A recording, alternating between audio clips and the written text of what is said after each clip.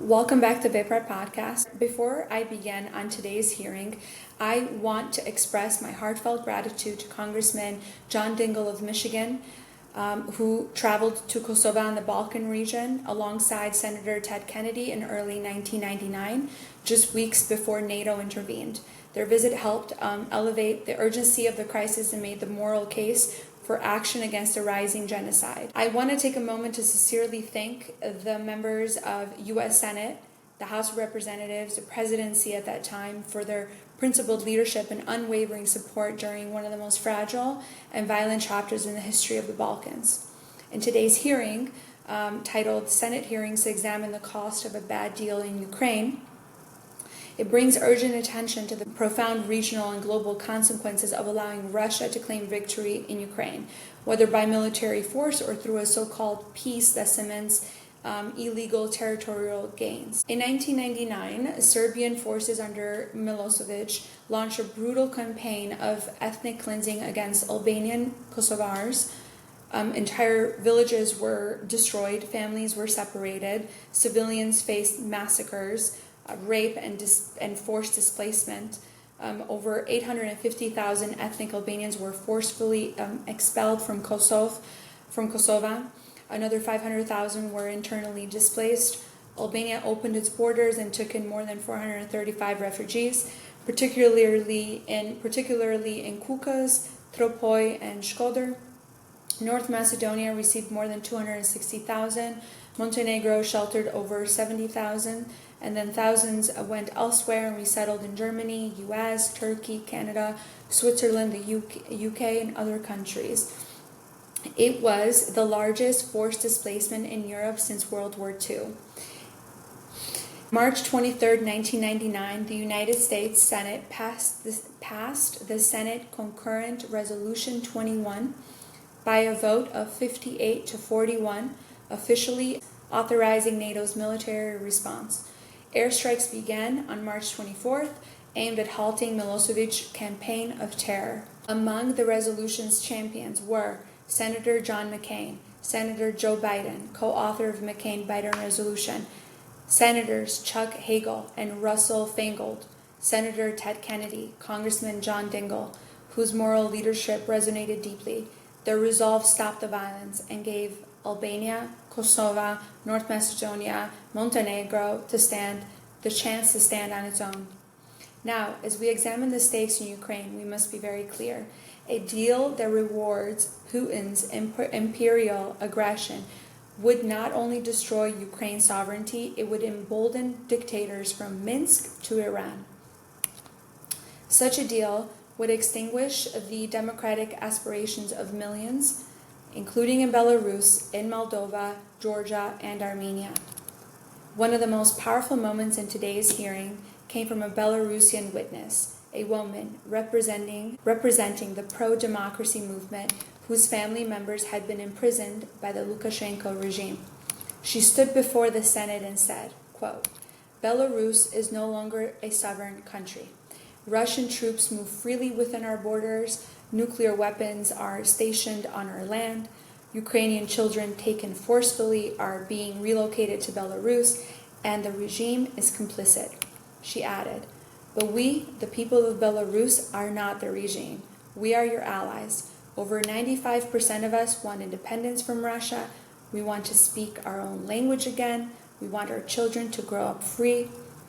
There was a moment of silence as she looked directly at the senators and said, quote, "This is not just about Ukraine. If Putin wins there, Belarus is lost. Moldova is next. Georgia will follow, and Armenia will have no choice. We are desperate for a future outside of this darkness. We need U.S. leadership. We need U.S. leadership now more than ever." She concluded, "This is our rare moment of hope. Don't trade it away. If you stand with us, we will meet you halfway."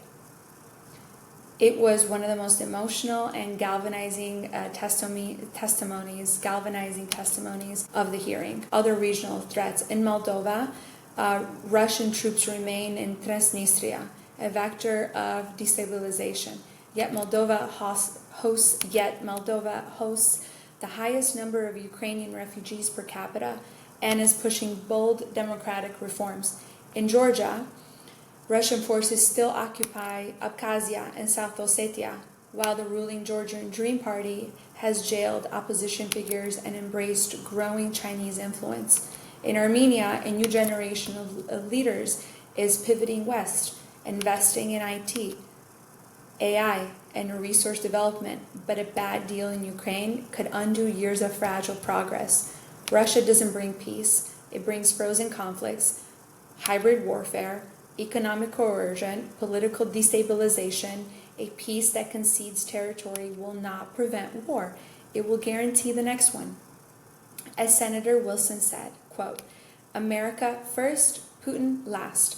Senator Whitehouse emphasized the need for financial transparency. Russian oligarchs have hidden billions in Western shale companies, funding war, propaganda, and elite protection. Belarus is home to over 180 companies aiding Russian war effort. It collaborates with China and Iran and uses 20 ports to bypass Western sanctions. Failing to act now means letting those networks grow stronger. What inspires hope today, though, is this. The United States and Europe are more united than ever. Over 50 nations have coordinated sanctions. The EU has committed over $85 billion in support. The U.S. has provided more than $175 billion in military, humanitarian, and economic aid. And even small nations like Albania, like Kosova, like Montenegro, like North Macedonia, once recipients of protection, now stand firmly with Ukraine. This global alignment is not accidental. It's the product of values, leadership, and hard-won unity. Let us remember the resolve the U.S. showed in 1999 when it acted boldly to stop genocide and uphold the dignity of a people long denied. Let us summon that same resolve now for Ukraine. The issue is tied to American national interest because the outcome of the war in Ukraine will define the strength and credibility of the international rules-based order that the United States has led since World War II. Allowing Russia to achieve territorial gains through force would not only destabilize Europe, it would embolden authoritarian regimes worldwide, including China, Iran, and North Korea, to challenge U.S. influence, violate sovereignty, and undermine democratic norms. A weak response risks further military conflict, economic disruption, and the erosion of America's alliances. Standing with Ukraine and preventing a bad peace deal is not just an act of solidarity. It's a strategic imperative for U.S. security, global leadership, and the defense of democratic values at home and abroad. Let history reflect that when Ukraine needed us, we stood firm, we stood together, and we stood on the right side of history. Because if we fail to act, we won't just be repeating history, we'll be compounding its cost. And this time, the consequences won't just echo across borders, they will redefine them. Again, thank you so much for tuning in today's episode on VEPRA Podcast. I appreciate your presence, your time, and your heart. Until next time, stay informed, stay engaged, and as always, take care. Thank you.